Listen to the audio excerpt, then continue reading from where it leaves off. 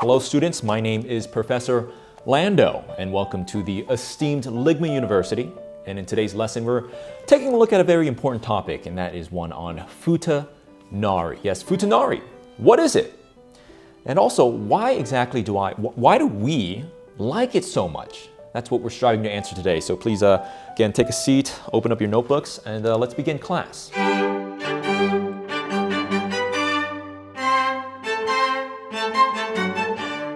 Like I said, students, today we are going over futanari. It is a genre of explicit Japanese material, aka hentai, where a character or characters has both female and male explicit parts, body parts. Now, what do I mean exactly by this? Well, I'll give you an example here. Let's take a female character,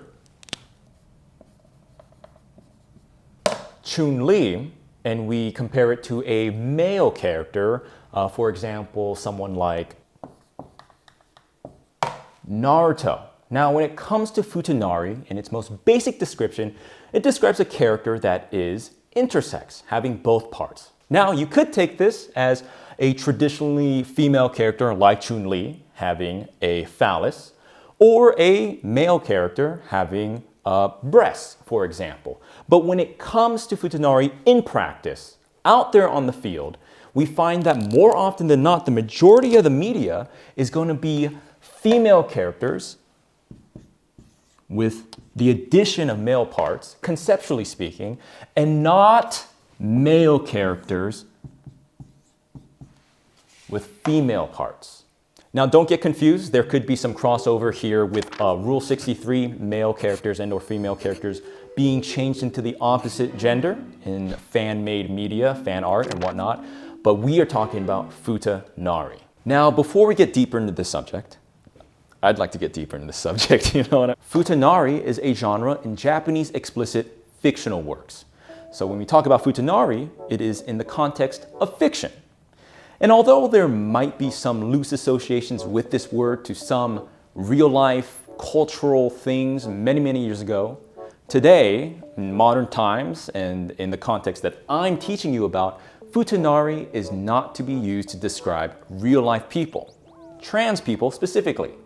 Now, there might be some trans people that associate positively with this word. Who am I to say? Who am I to really know? But generally speaking, I think we would all agree that futanari, to describe real-life people, would be pretty distasteful. All right, you hear that? It's lunchtime, students. So before we get onto the rest of this lecture, let's get some brain food in us. Oh, I don't know about you students, but I am starving. Luckily, Ligma University offers a very nutritious diet plan for its faculty and its students. Now, before we eat, I think this is a good opportunity to learn something important about futanari for you visual learners out there. Now, when it comes to futanari, there are three main types of physical appearances of a futanari character. We're going to use these food items as stand-ins for the explicit body parts you might find on a futanari character. First off, we have a banana, or a phallus, a schlong, schmeat, the girth, member, length. And to go along with this banana, we have two tangerines.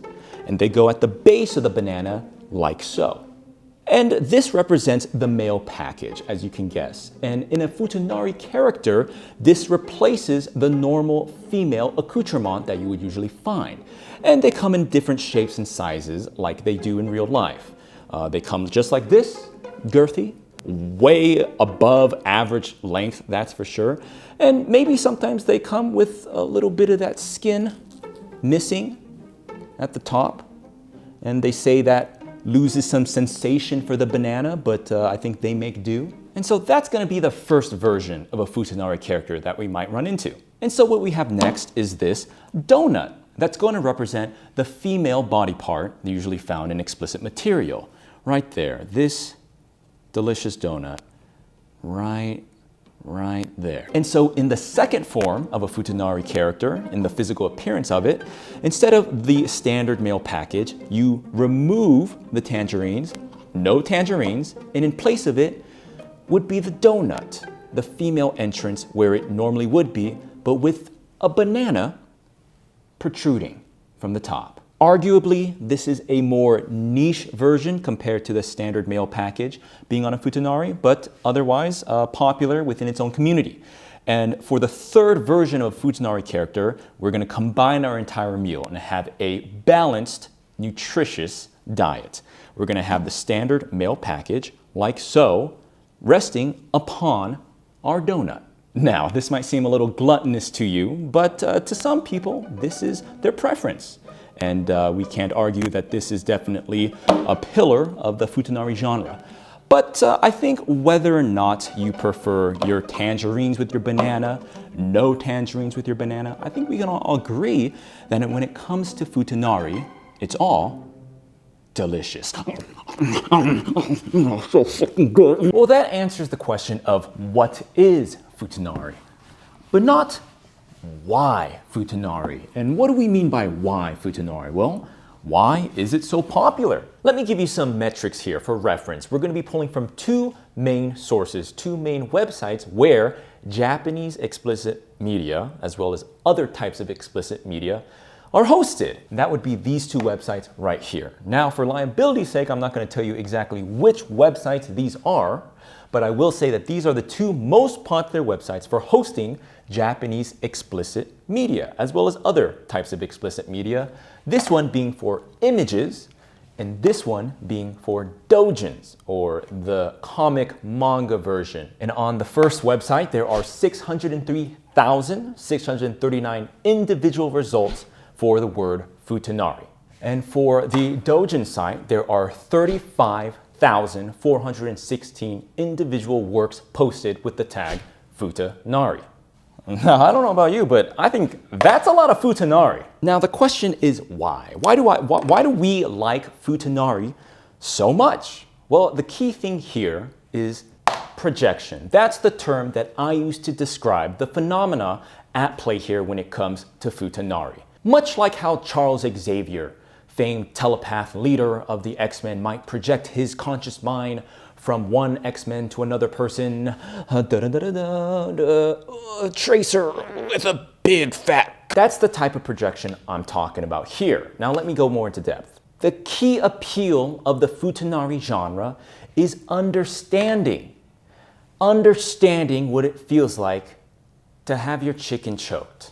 So I think the tabooness and the appeal of futanari comes from having that sensation that men are so intimately familiar with and projecting it onto a female character or female form and having that character experience, know what it's like to have that pleasure. That's the tabooness. That is where the main appeal of futanari comes into play. Basically, the appeal of futanari can be summed up in this way. Hey, I know what it feels like, and I like that she knows what it feels like. But she's not supposed to, and that makes it hot. That's the projection I'm talking about. It's witnessing these female characters experience the same pleasure that I feel, with a little bit of tabooness. Students, I'll ask you this. Why do we all like MILF so much? Well, we all have a mother or can relate to some sort of motherly experience, positive or negative. And why do we all like furry so much? Well, I think it's because we all have an innate primal nature harkening back to our pharaoh ancestors that we all want to tap into and go primal. And that's why we like futanari so much. It's because it's relatable. It's universal. And so intellectual detractors might say, hey, Professor Lando, if it's about relatability, then why wouldn't you just watch men? Isn't that the ultimate relatability? That's because we're missing out on the taboo element. Men beating it, well, I beat it. I've been beating it my whole life. Also, why would I watch men? What am I, gay?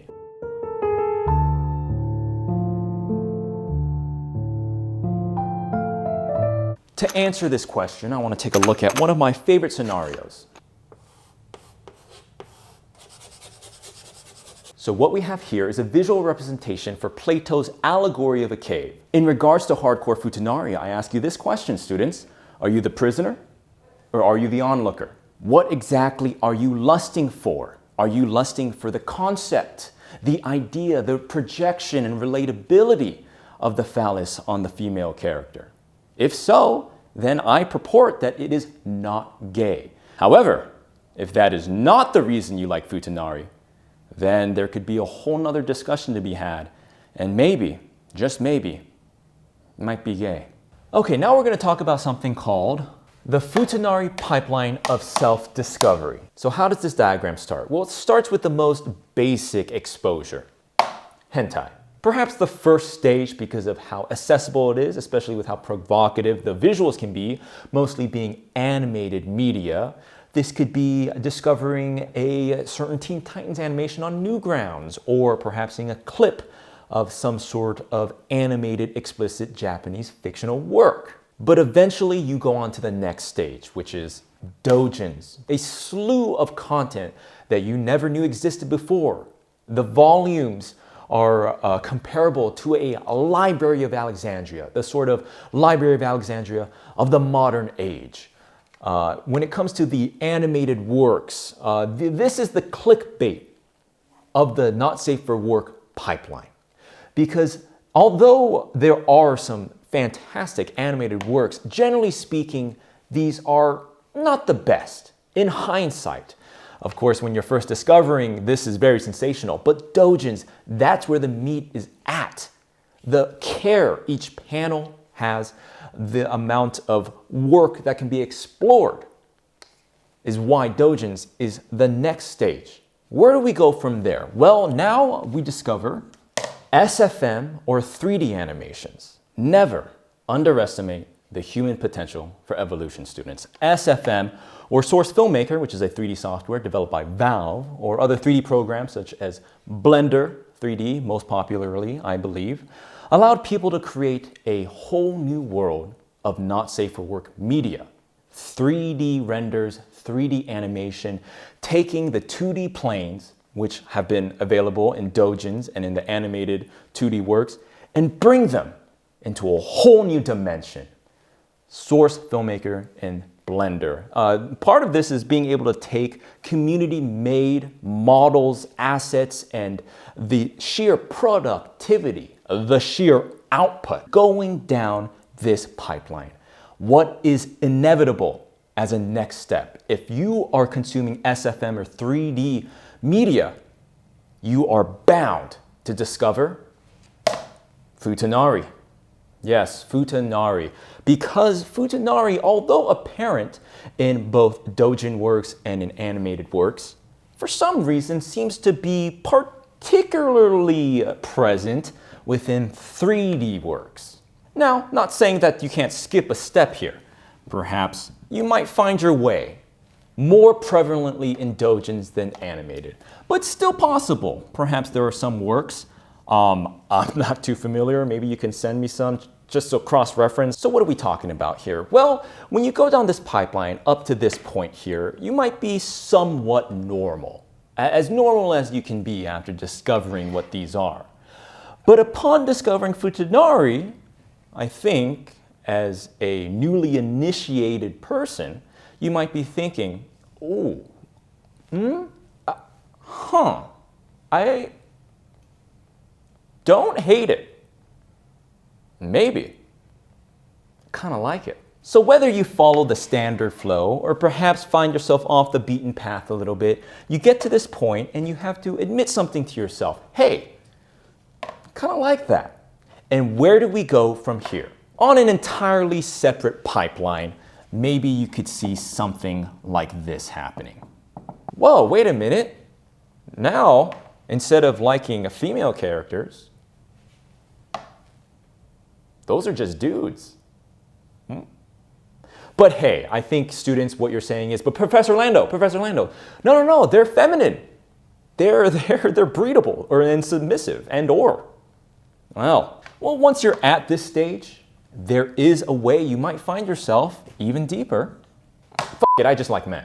Now, obviously, what I'm trying to say here is not that Futanari is going to turn someone bi or gay. You can't turn someone into something they're not. You can't change them. You can't turn them into being gay or bi.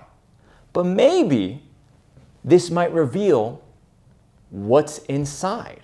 Okay, now we're going to talk about the different types of subgenres within Futanari that you might run into. Okay, so the first subgenre that you're probably going to run into the most is going to be futa on female. And an example of this would be Tsunade and Shizune from Naruto. Tsunade here being the Futanari character and Shizune being the standard female character. Now the reason I've chosen these two characters to demonstrate this scenario is because within the canonical material, the series Naruto, Tsunade and Shizune are a pair. They're friends. Shizune serving as an aide to Tsunade, who is the Hokage for a time, and introducing the Futanari aspect within this pairing specifically, and other types of female and female pairings that you might usually see in the source material, it is able to take the relationship and introduce this sort of new flavor to it. Now, there already is fan-made content of explicit nature, right? Being images or doujins of these two characters and other female characters partaking in coitus, lovemaking. And that already is a sort of rush and tabooness in itself. But introducing that next level, whether it be Futanari or something else, you're taking it to that boundary. All in all, when it comes to Futanari, this model is pretty standard stuff. Okay, so the next subgenre that we're going to take a look at is futa on futa. Okay, so the example I'm choosing here is Cammy and Juri from Street Fighter. So obviously in this subgenre, Futanari on Futanari, you take two characters that are usually portrayed as female in the source material, and they are both Futanari characters. What I think really sets this subgenre apart from the others is the combative nature of it, as opposed to the first one, Futa and female, where there is a very clear give and take in the relationship. I enjoy the sort of clashing that might appear in Futanari and Futanari. That's why I've chosen these characters from a fighting game, Street Fighter, of course, Cammy and Juri. It's sort of a battle, and that's where the fun is. Okay, and the last subgenre that I'm going to cover is futa on male, or Futanari on male. Okay, my example for this would be 2B from Nier Automata and me, Professor Lando. The traditional role that men often find themselves forced into by societal norms is one where men are predominantly the acting force, specifically in relationships. But sometimes we need these roles reversed. And what do I mean by that? Well, sometimes men might like the door held open for them. Or maybe sometimes they would like to be the ones to get a compliment. Or maybe sometimes they would like the other person to pay for the check at dinner time. And sometimes they want Futanari 2B to plow them like the fertile lands of Mesopotamia. So it is in this way that Futanari on male might be the most complicated, but perhaps the most rewarding of the subgenres of Futanari. And I've been speaking mostly on Futanari on male, but of course this implies that the male could top the Futanari character. But that is for the weak of soul and mind and body. Only the weakest, whose bloodlines are inevitably bound to wither away and die, would prefer to top a Futanari 2B when the option to get topped by a Futanari 2B exists. Now, a lecture on the subject of Futanari would not be complete if we did not talk about Overwatch.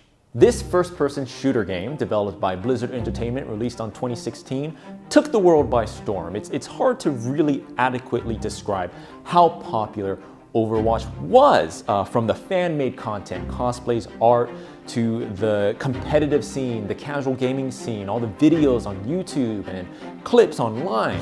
Overwatch was simply a phenomenon. Okay, well students, you might be wondering, why are we talking about Overwatch? Well, it's because when it comes to Futanari, there is so much Futanari based on Overwatch. I have seen so much Overwatch Futanari. And not just Futanari, there's just so much not safe for work content of Overwatch out there. On the previously mentioned not safe for work image hosting site, there are 101,367 results for Overwatch. That aside, what is the answer to the question, why is there so much Overwatch Futanari?